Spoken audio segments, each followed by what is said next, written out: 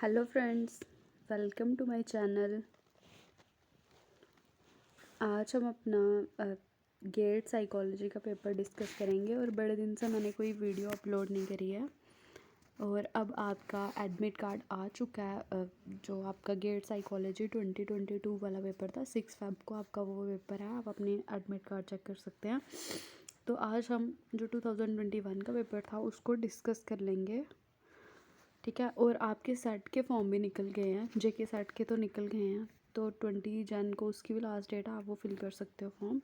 चलो अब हम अपना पेपर डिस्कस करना स्टार्ट करते हैं। तो ये क्या है, ये आपका कोई 3 पार्ट में पेपर डिवाइड है। पहले आपको 10 मार्क्स के 10 क्वेश्चंस हैं, फिर उसके बाद आपके 15 क्वेश्चंस का एक पार्ट है, फिर थर्ड पार्ट में आपके 40 क्वेश्चन हैं जो साइकोलॉजी के हैं। और हर एक इसके इधर दे रखा हुआ है आपको, ये देखो जैसे दिया इसके इधर दिया होता है कि मल्टीपल चॉइस है। हर एक क्वेश्चन 1 मार्क्स का है और अगर आपका गलत हो जाएगा तो 1/3 आपकी नेगेटिव मार्किंग भी है, ठीक है। जितने भी आपके ये क्वेश्चन होंगे उसमें ये दिया होगा कि जिसमें नेगेटिव मार्किंग होगी ऊपर मेंशन होगा। मल्टीपल चॉइस जो क्वेश्चन नंबर 1 to 5 तक हैं ये क्या आपके मल्टीपल चॉइस क्वेश्चन है, ठीक है। अब देखो सबसे पहले इनको मैं ज़्यादा डिस्कस नहीं करूँगी, ये आप रीड कर लेना। मैं आपके आंसर डिस्क्रिप्शन बॉक्स में दे दूँगी और इसकी PDF भी दे दूँगी। सबसे पहले आ गया आपका ये जनरल है, ठीक है। तो जैसे ये पहला क्वेश्चन आ गया तो इसका आंसर क्या है, मैं सिर्फ अभी इसके आंसर बोलूँगी। जो पेपर है हम साइकोलॉजी का ही डिस्कस करेंगे। इसका आंसर है डी। जो सेकंड क्वेश्चन है आपका इसका आंसर भी डी है। ये सिंपल पढ़ोगे तो समझ आ जाएगी क्या क्वेश्चन है, डायरेक्शन का क्वेश्चन है। फिर ये आ गया आपको, देखो थोड़ा बहुत मैथ के किस टाइप के क्वेश्चन आते हैं ये भी आप इधर से पता कर सकते हो। इसका आंसर भी डी ही है। और फिर आपका क्वेश्चन 4 है, ये सिंपल आपको बोर्ड मास करके सॉल्व करना है। पहले जैसे BODMAS, ठीक है। पहले ब्रैकेट को हटाओगे, फिर मल्टीप्लाई करोगे, फिर डिवाइड करोगे, फिर मल्टीप्लाई करोगे, ऐड करोगे, सब्ट्रैक्ट करोगे, ठीक है। फिर आ गया उसके बाद आपका इसका आंसर भी क्या था, इसका आंसर भी डी है, ठीक है। इसको सॉल्व करके देख लेना एक बारी। 5th का आंसर आपका सी। अब मैं ये पढ़ूँगी नहीं, एक बारी आराम से आप पढ़ना, तभी मैं धीरे धीरे वीडियो चला रही हूँ। उसके बाद आ गया आपका 6th क्वेश्चन। अब देखो कि ये क्वेश्चन पेपर ही है लास्ट ईयर का, ये तभी मैं पूरी ऐसे PDF लेके आई हूँ ताकि आपको पता लगे कि किस टाइप का पेपर आएगा। अब देखो जैसे इन्होंने 6 से लेके 10 तक क्या बोला है, मल्टीपल चॉइस MCQ है, जो क्या है हर एक क्वेश्चन आपका 2 मार्क्स का है और इसके लिए आपकी नेगेटिव मार्किंग कितनी है, 2/3 कट होगा अगर आपका गलत हुआ तो। अब आपका 6th क्वेश्चन आ गया है, इसका आंसर है सी पार्ट, ठीक है। अब इसको एक बार रीड करना, ये रीड करने वाले ही हैं। अभी आपका एक देखो डायग्राम का क्वेश्चन आया है, अभी ये आपको देखना है कि कौन सा इसके रिलेटेड सही आंसर है। तो ये क्या आपका 7th क्वेश्चन, इसका आंसर आपका ए है, बना के देख लेना इस डायग्राम को। फिर आ गया आपका 8th क्वेश्चन। अब ये सॉल्व करने का है, ये आपको रेशियो प्रपोर्शन का क्वेश्चन आया, रेशियो का क्वेश्चन है। तो इसका आंसर क्या है आपका 8th का आंसर है सी, ठीक है। ये मैं ऐसे बोल रही हूँ पर इसको सॉल्व करके देख लेना। ये देखो एक DI का क्वेश्चन भी आया है। अब DI का 2 टाइप में, आपको इसके हिसाब से भी देखना है, इसके हिसाब से भी देखना है, ठीक है। तो इसका आंसर आ गया आपका 9th का सी। अब आ गया आपका 10th क्वेश्चन। 10th क्वेश्चन का आंसर है आपका क्या, डी, ठीक है।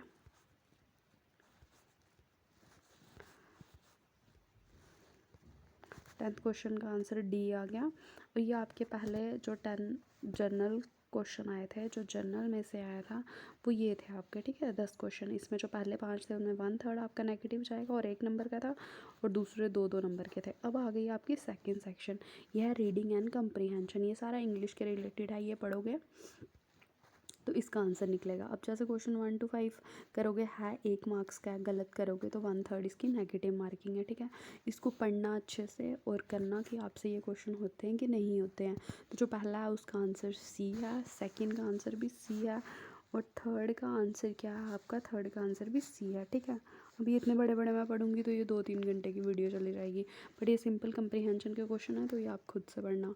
अब क्वेश्चन 4 आ गया, इसका आंसर डी है। एंड क्वेश्चन 5th का आंसर क्या है, इसको आपको देखो अरेंज करना है, तो इसका आंसर है सी। अब उसके बाद जो हमें 6 से लेके 10 तक क्वेश्चन दिए हैं इन्होंने, तो ये भी MCQ है आपके, हर एक क्वेश्चन 2 मार्क्स का है और नेगेटिव के लिए 2/3 आपका कट होगा, ठीक है।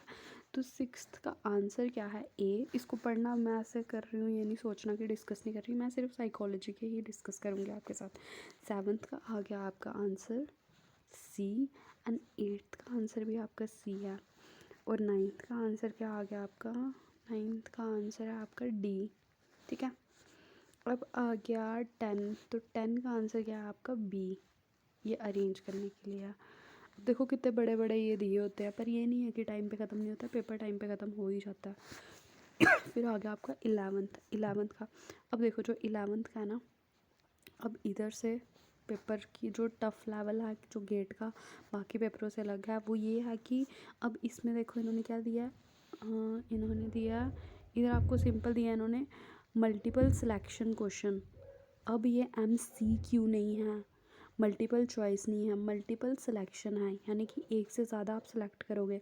हर एक का क्वेश्चन 2 नंबर का है और इसमें कोई नेगेटिव मार्किंग नहीं है, ठीक है।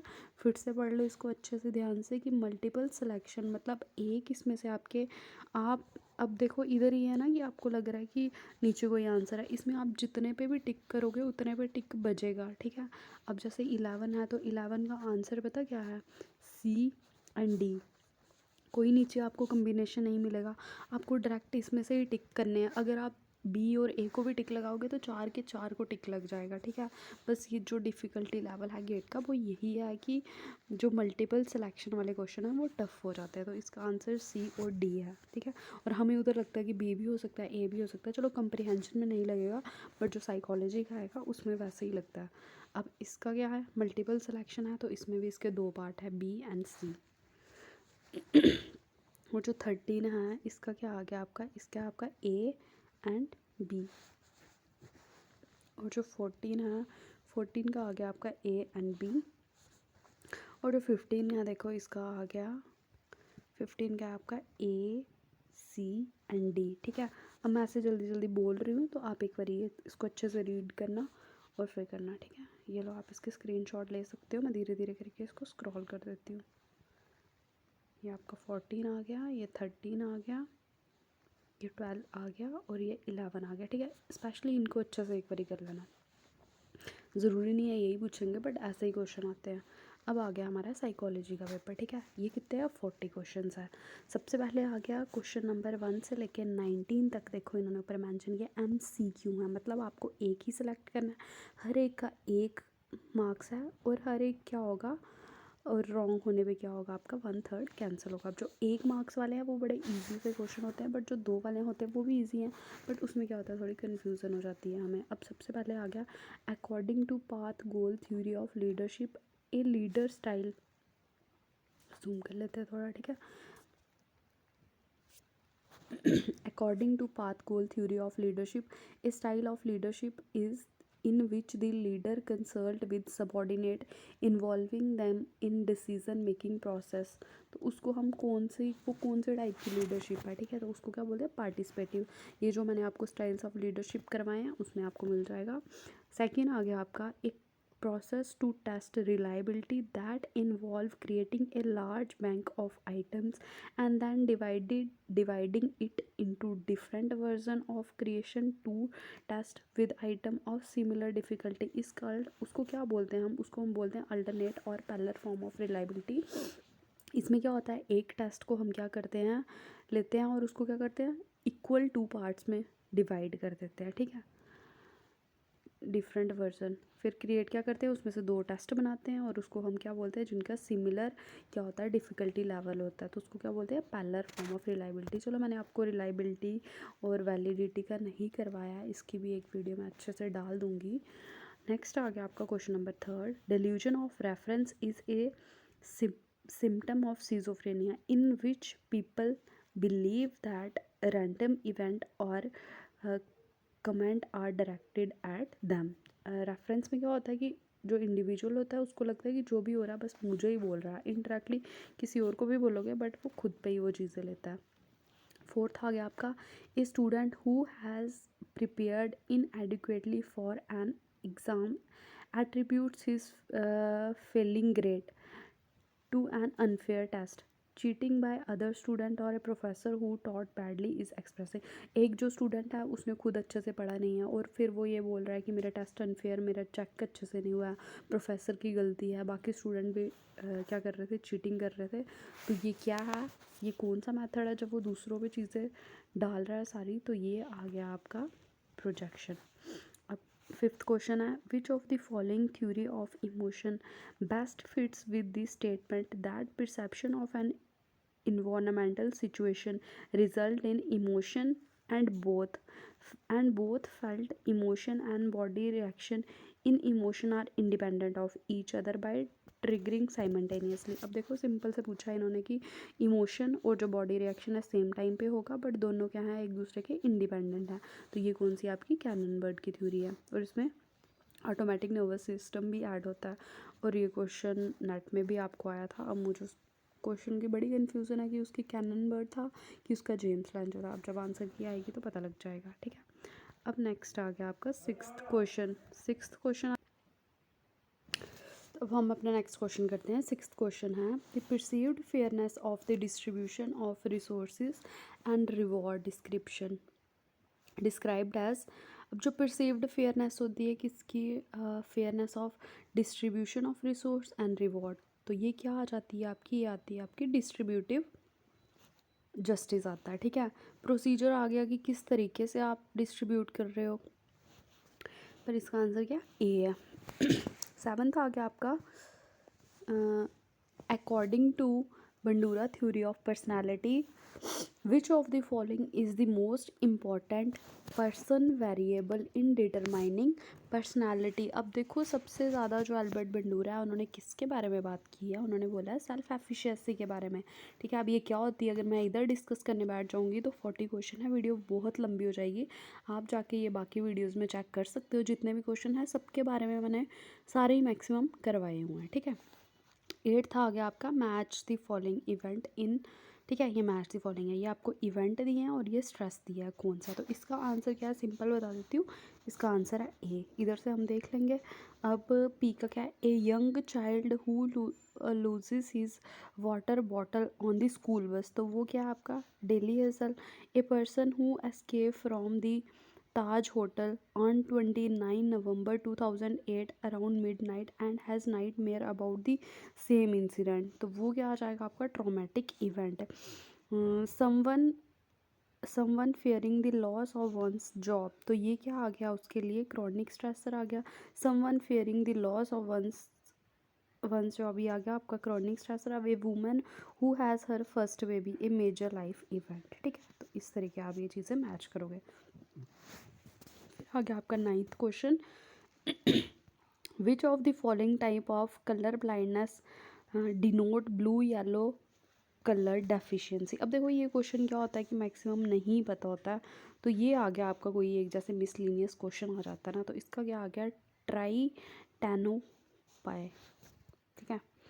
नेक्स्ट आ गया, which of the following properties of sound is similar to hue of light. अब ह्यू ऑफ लाइट क्या होती है, ब्राइटनेस क्या होती है, अच्छा जो साउंड की पिच क्या होती है, टिम्बर क्या होता है, ये सब मैंने आपको जो वीडियोस कह रही हूँ, जो जब मैंने आपको स्ट्रक्चर ऑफ आईज और ईयर करवाया उसमें कवर करवाया है, तो वो क्या होती है, ठीक है। तो ये सारा आप आइज़ और ईयर के स्ट्रक्चर में जाके देख सकते हो। तो उसको हम क्या बोलते हैं कि जो क्या है, property of sound is similar to hue of light, ठीक है।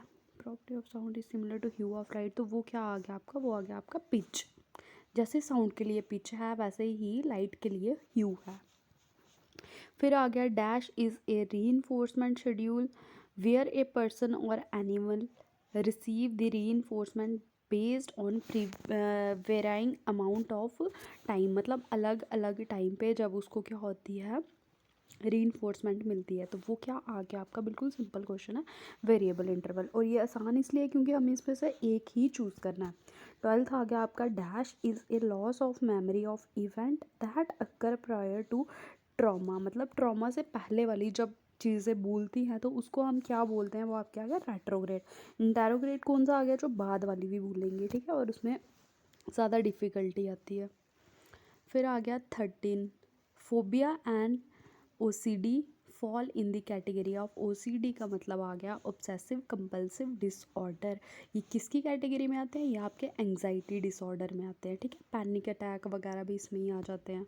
फिर आ गया आपका 14 question, the smallest unit of speech perception that has a meaning. तो वो क्या आपका मॉर्फिम, सिंटैक्स क्या आ गया आपका, सिमेंटिक क्या आ गया, फिनोम क्या आ गया, स्मॉलेस्ट ये क्या आ गया, मीनिंग ये स्मॉलेस्ट यूनिट है।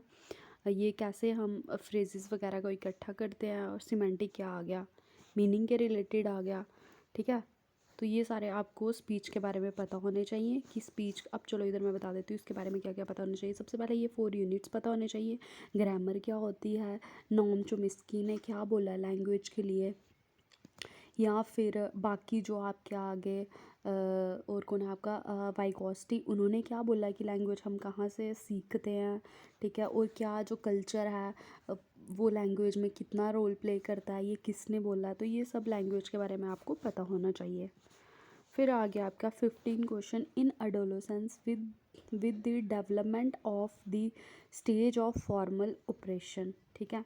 We are likely to see the development of, जब आपकी फॉर्मल ऑपरेशन स्टेज की डेवलपमेंट होती है तो क्या होता है तब आपका क्या डेवलप होता है, ठीक है। सबसे पहले ये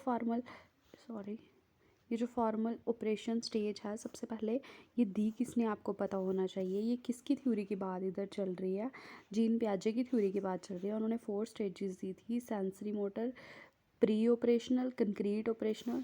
अच्छा चलो मैं लिख लेती हूँ इसको, ठीक है। सबसे पहले क्या आ गई इसकी, sensory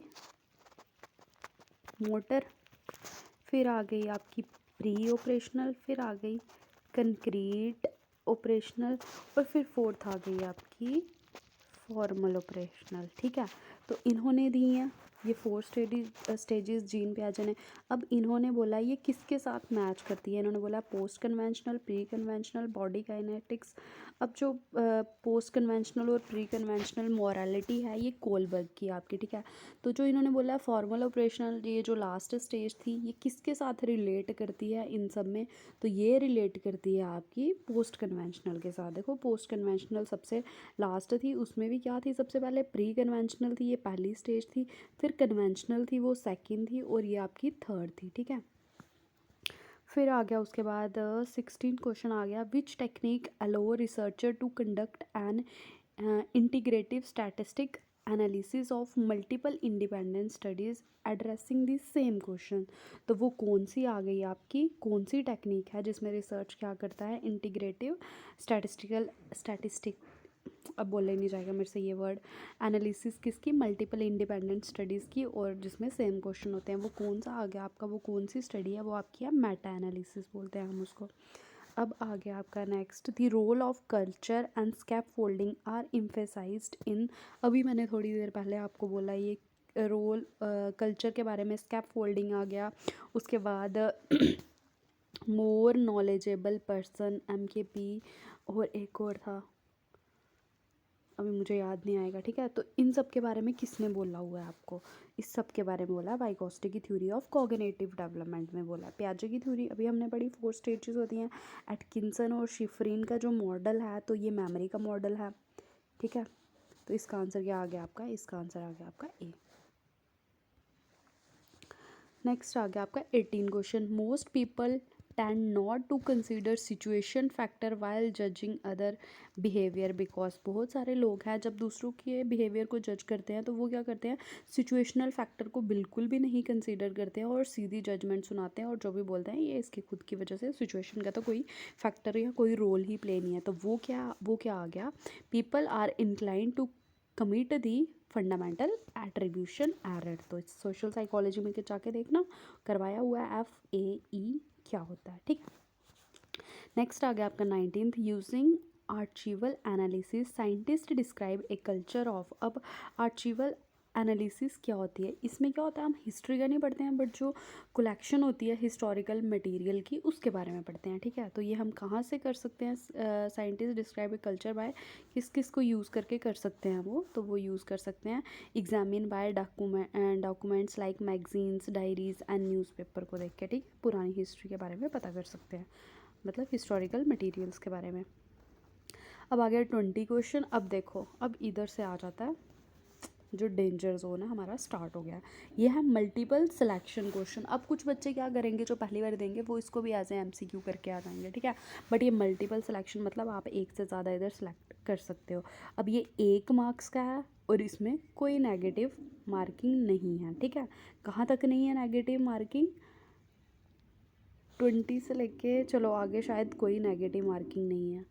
carry 1 marks each, no negative marking, ठीक है। अब आ गया उसके बाद, बट ये 1 नंबर का ही है। जहाँ से 2 नंबर के स्टार्ट होंगे ना वहाँ नेगेटिव मार्किंग स्टार्ट होगी। अब आ गया पहला क्वेश्चन इसका, which are the component of Gardner theory of multiple intelligence. अब देखो ये थ्योरी भी बहुत इंपॉर्टेंट है। जो इंटेलिजेंस की 3-4 थ्योरीज हैं, अगर आप सबसे पहले NCERT से स्टार्ट करोगे, 12th की NCERT देखोगे जो उसमें थ्योरीज दी हैं, अच्छे से रट लेना उनको। और रटना क्या, जब 3-4 बार पढ़ोगे ऐसे ही आ जाएंगे आपको। तो इस बार इन्होंने गार्डनर कैसे पूछा, नेट में आई थी गार्डनर की जो थ्योरी है इसकी स्टेजेस को अरेंज करना था जो इन्होंने दी हुई हैं। तो इन्होंने बोला कौन कौन सी है, तो आगे लॉजिकल, मैथमेटिकल, लिंग्विस्टिक, स्पेटियल। तो इनसाइड नहीं है, तो इसका आंसर आ गया A, B एंड C, ठीक है। तो ये तीनों आप उधर सेलेक्ट कर सकते हो। अब ये आ गया आपका न्यूरोट्रांसमीटर। इन्होंने कितने सिंपल से पूछा हुआ है इसके बारे में, किसका क्या फंक्शन है, ठीक है। तो ये फंक्शन आप खुद ही पढ़ोगे, मैं आपको सीधा आंसर बताऊंगी। तो 21 का आंसर है A। अब आ गया उसके बाद ये आपको परसेप्शन में से आया हुआ है क्वेश्चन। ये भी सिंपल सा मैच द फॉलोइंग है, ये भी आप खुद से पढ़ोगे। तो इसका आंसर है A, ठीक है। फिर आ गया उसके बाद 23rd आ गया आपका, ये आपको सोशल साइकोलॉजी में से दिया है। हाँ, ट्रांसिडेंस, मिस एट्रीब्यूशन, ठीक है, ये सब क्या होता है। तो इसका आंसर बताऊंगी, मैच द फॉलोइंग के मैं सीधे आंसर बताऊंगी, आप खुद से मैच कर लेना। तो 23 का आपका आंसर है A, ठीक है, A है इसका आंसर। फिर आ गया आपका 24। अब देखो फिर से आ गया, ये आ गया आपका MSQ है, एक मिनट, ठीक है। ये क्या है आपके MSQ हैं, हर एक 2 मार्क्स का है, इसमें भी कोई नेगेटिव मार्किंग नहीं है आपकी, ठीक है। अब आ गया 24 question, which of the following will hold true for a learning acquisition curve drawn for a classical conditioning experiment on eye blinking as condition response that plot the learning over a number of trials। तो किसके बारे में पूछा है इन्होंने, classical conditioning के बारे में बोला, बट किसके रिलेटेड, आई ब्लिंकिंग के रिलेटेड, ठीक है। आई ब्लिंकिंग के बारे में बहुत बार पूछा होता है। तो इसका आंसर क्या है आपका A and B। The rate of learning on earlier trial is more than that on later trial, ठीक है। फिर आ गया इसमें जो कर्व आएगी वो क्या आएगी, नेगेटिवली एक्सेलरेटेड आएगी। फिर आ गया 25th question, in a situation where a teenager who hate studying science but is also not teenager who hate studying science but is also not able to tell his parents fearing their reaction। मतलब एक teenage है, वो क्या करता है कि उसको science पढ़ना बिल्कुल पसंद नहीं है, बट वो अपने पेरेंट्स को बोल भी नहीं सकता है। तो ये कौन सा कन्फ्लिक्ट सिचुएशन इन्होंने पूछी है, ठीक है। तो ये आ गई आपकी सिचुएशन, इसका A भी आएगा, इसका B भी आएगा आंसर, ठीक है। अब चलो इसको देखें, avoidance conflict, he will be vacillating between telling his parent and continuing to study science. Avoidance conflict ये दोनों में कॉमन ही था। He may contemplate running away from his home. फिर आ गया 26, which of these is true about individual high on an achievement motivation. अब an achievement, कुछ को एन अचीवमेंट ही नहीं पता होगा, ये आ गई आपकी नीड अचीवमेंट, ठीक है। तो कौन से इंडिविजुअल हैं जो हाई हैं इस अचीवमेंट में, हमें क्या करना है, मल्टीपल सिलेक्शन क्वेश्चन है ये, तो हमें एक से ज़्यादा इसमें सेलेक्ट करने हैं। तो इसका आ गया आपका high and achievement individual like to work on situation where they have control and get feedback, ठीक है, ये भी हमने पढ़ा था। And high and achievement individual persistently work on task they perceive as either reflecting their personal characteristics like intelligence and और career related, ठीक है। तो इसका ये और ये नहीं है, इसका A और B ही आंसर है, ठीक है। 27 आ गया, which of the following is are Allport's basic assumption concerning human nature. अब एल्पोर्ट के बारे में क्वेश्चन है, एल्पोर्ट के बारे में पता होना चाहिए। इसने ट्रेड थ्योरी दी थी आपको, जिसमें क्या थे वो पर्सनल डिस्पोजिशन और इंडिविजुअल ट्रेड में कर दिए थे, जो एक कॉमन ट्रेड आ गए और जो इंडिविजुअल थे उसको हमने पर्सनल डिस्पोजिशन बोल दिया था, ठीक है। तो ये सारा मैंने करवाया हुआ आपको पहले से। तो इसका आंसर क्या आ जाता है आपका कि human growth is an active process of becoming, ठीक है। Personality can not be fully understood by examining each trait separately. Thought some system of conceptual schemata are essential for personality study and a trait must be related to total pattern of personality. तो इसका क्या है, ए और B. Topographical model किसने दिया है आपको personality का, कमेंट करके ज़रूर बताना अगर आपको पता होगा। तो इसका आंसर क्या था, ए और बी, ठीक है। 27 का आपका। अब आ गया 28। 28 का क्या आ गया आपका, which of the following aspect are characterized of group structure in an organization. तो group structure in an organization में क्या क्या आ जाता है, टास्क ओरिएंटेड होता है, सोशल इमोशनल रोल होता है और परसीव्ड नॉर्म होता है और मॉनिटरिंग नहीं होती है, ठीक है। तो इसका आंसर है A, B and C. Next आ गया आपको 29 question. Which of the following needs are proposed by Abraham Maslow. तो ये सिंपल है, डेफिसिट नीड भी बोली है, मेटा नीड भी बोली है, सेल्फ एक्चुअलाइजेशन नीड बोली है, बट नीड अचीवमेंट इन्होंने नहीं बोली है। नीड अचीवमेंट किसने बोली है आपको ये भी पता होना चाहिए। और ये जो हम मेटा नीड किसको बोलते हैं, डेफिसिट नीड किसको बोलते हैं, सेल्फ एक्चुअलाइजेशन नीड कौन से में होती है, और पहले कितने स्टेजेस का मॉडल था और अब कितने स्टेजेस का मॉडल है, ये भी पता होना चाहिए आपको, ठीक है। अब आ गया, a researcher is conducting a study involving two independent variable, which of the following ANOVA are available to him. दो से ज़्यादा इंडिपेंडेंट वेरिएबल होंगे तो कौन सा आपका मॉडल लगेगा, 2x2 model and 4x3 ANOVA model, ठीक है। इसका ए एंड बी। अब ये बोलोगे कि ये कैसे हो गया, तो ये भी मैंने करवाया हुआ है। फिर आ गया, which of the following statement is true about personal space, ठीक है। पर्सनल स्पेस के बारे में क्या क्या ट्रू है, it is silent and invisible, ठीक है। It is a geographical component of interpersonal relation, ये भी ठीक है। Invasion of personal space are in degree, ये भी ठीक है, but there are no across cultural variation, ये नहीं है। तो इसका आंसर है ए, बी, सी। अब आ गया आपका 32। If a person got a score of 75 on a test, which of the following distribution allow for the most favour interpretation of the score. तो उसका क्या आ जाएगा, मीन 55 और SD4 एंड मीन 60 और SD3। ये निकालना पड़ेगा, इसको एक बार निकाल के देख लेना, नहीं होगा तो मैं इसको करवा दूँगी। 33 आ गया, a man wife is dying, she is in dire need of drug, ठीक है। एक इंसान है, उसकी वाइफ की डेथ होने वाली है, मतलब उसको बहुत ज़्यादा ज़रूरत है किसी ड्रग की, किसी दवाई की। The only place to get the drug is at the store of pharmacist who is known to overcharge people for drug. The man can only have, उसके पास कितना, सिर्फ 20,000 है, बट जो दवाई है वो कितने की आएगी, 50,000 की आएगी। बट वो बोलता है कि मैं इतने कम में तेरे को ये नहीं दूंगा, ठीक है। तो सिंपल सी बात ये है कि जो वो इंडिविजुअल है, वो जो मैन है, वो कौन सी स्टेज में है, कन्वेंशनल स्टेज में है मॉरलिटी की, कोलबर्ग के अकॉर्डिंग। तो उसमें वो क्या करेगा, अब कन्वेंशनल स्टेज कौन सी थी, सेकेंड थी, पहली प्री कन्वेंशनल थी, फिर कन्वेंशनल थी, फिर पोस्ट कन्वेंशनल थी। तो इधर क्या करते थे, जो भी सोशल नॉर्म्स होते थे आप उसको मानते थे, और जो प्री कन्वेंशनल है इसमें क्या था, इंटरपर्सनल रिलेशन था, पनिशमेंट और रिवॉर्ड पे डिपेंड करती थी।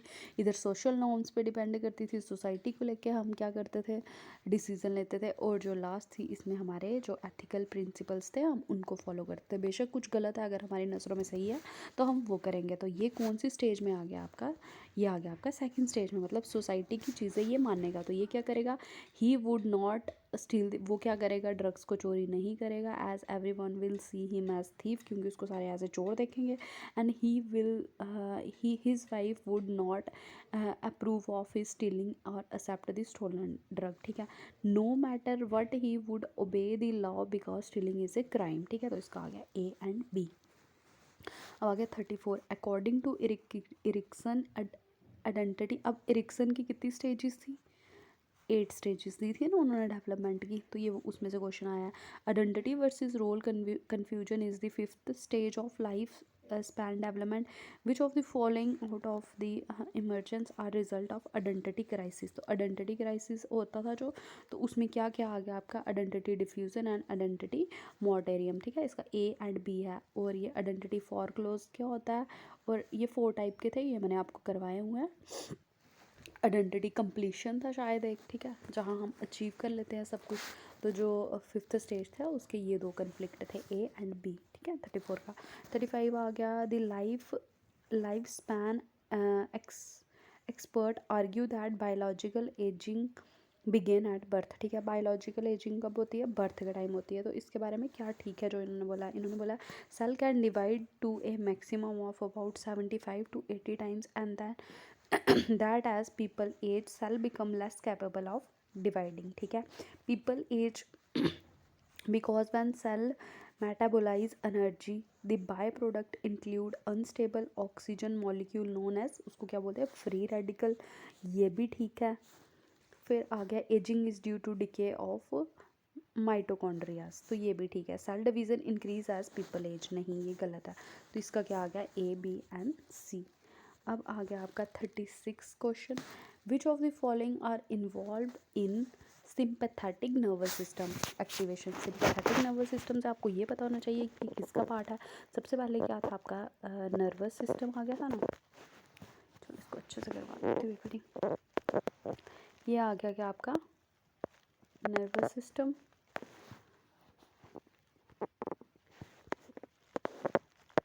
नर्वस सिस्टम दो पार्ट में डिवाइड था आपका, central nervous system, peripheral nervous system.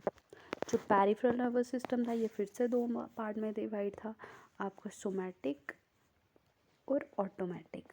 जो सोमैटिक था ये फिर से दो में था, पैरासिम्पैथेटिक एंड सिंपैथेटिक। तो इन्होंने किसके बारे में पूछा? सिंपैथेटिक के बारे में पूछा, ठीक है। तो सिंपैथेटिक में क्या क्या आता है आपका? सबसे पहले आ गया इनहिबिटेड सैलिवेशन, मतलब जब कुछ स्ट्रेस वगैरह, सिंपैथेटिक स्ट्रेस से रिलेट करके मैंने पढ़ाया था। तो जैसे उसमें क्या होता है कि आपकी सैलिवेशन रुक जाती है, ठीक है। इंक्रीज हार्ट रेट, ठीक है। इनहिबिटेड डाइजेशन, ये भी ठीक है। बट कंट्रैक्टेड प्यूपल नहीं है, इसमें क्या था? कंट्रैक्शन नहीं होती थी, इसमें क्या होता था? डायलेशन होती थी, ठीक है। तो इसका क्या आ गया? A B C.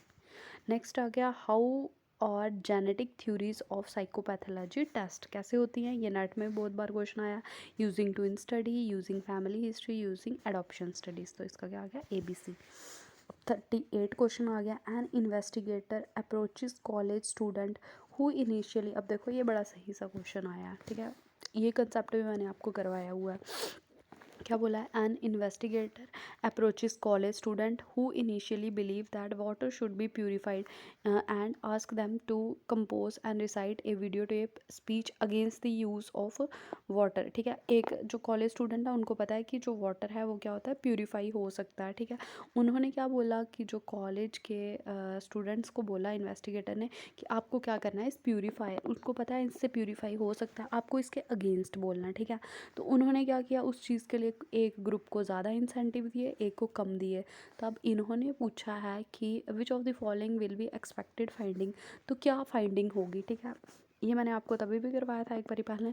तो ये क्या हो जाएगा? जिनको कम इंसेंटिव मिलेगा तो उनका एटीट्यूड चेंज ज़्यादा होगा, ठीक है। In which attachment style do children tend to show clingy behavior but they reject the attachment figure attempt to interact with them, ठीक है। तो इसका क्या आ जाएगा आपका? ये आ गई आपकी रेजिस्टेंट अटैचमेंट। अब आ गया लास्ट क्वेश्चन आपका 40। A study is conducted to see the effectiveness of volume level of commercials in the graph given below value of mean efficiency dependent are on y axis, ठीक है। ये आ गई आपके y axis and 3 level of volume namely soft, medium and low, ये किस पे है? आपके एक्स एक्सिस पे ये दिया हुआ है। The graph show the relationship between volume and mean, ये आ गई आपकी वॉल्यूम वगैरह, और ये क्या आ गया आपका? मीन इफेक्टिवनेस, ठीक है, of male in continuing line. तो जो कॉन्टिन्यू लाइन है ये वाली, ये मेल की आ गई, और जो डॉटेड है ये क्या आ गई? फीमेल की आ गई। अब इसकी इंटरप्रिटेशन बोला इन्होंने कि ये ग्राफ क्या बोल रहा है, ठीक है। सबसे पहले क्या बोल रहा है? The linear relationship exist for male, ठीक है। लीनियर रिलेशनशिप है मेल के लिए एंड नॉन लीनियर है फीमेल के लिए, क्योंकि ये डॉटेड वाला देखो नॉन लीनियर है, ठीक है। तो ये ठीक है। The effect of increasing volume of effectiveness depend on whether the participant is male or female, तो ठीक है, ये भी ठीक है। इसका आंसर है ए और बी। और ये नहीं है, ठीक है। तो इसके साथ ही हमारा ये पेपर कंप्लीट होता है। आपको ये नीचे डिस्क्रिप्शन बॉक्स में पीडीएफ मिल जाएगी, और हो सके तो इस पूरी वीडियो को अच्छे से देख लेना। और जो मैंने स्टार्टिंग के 2 पार्ट डाले हैं उनको खुद से रोक के खुद से सॉल्व कर लेना। और अगर ये वीडियो लंबी लग रही होगी तो आप स्पीड बढ़ा के भी इसको देख सकते हो, पर अगर आप इस साल के नेट का पेपर दे रहे हो तो एक बार ये वीडियो ज़रूर देख के जाना, ठीक है। वीडियो अच्छी लगी तो लाइक करें, चैनल को सब्सक्राइब करें और वीडियो को शेयर भी करें। Thank you.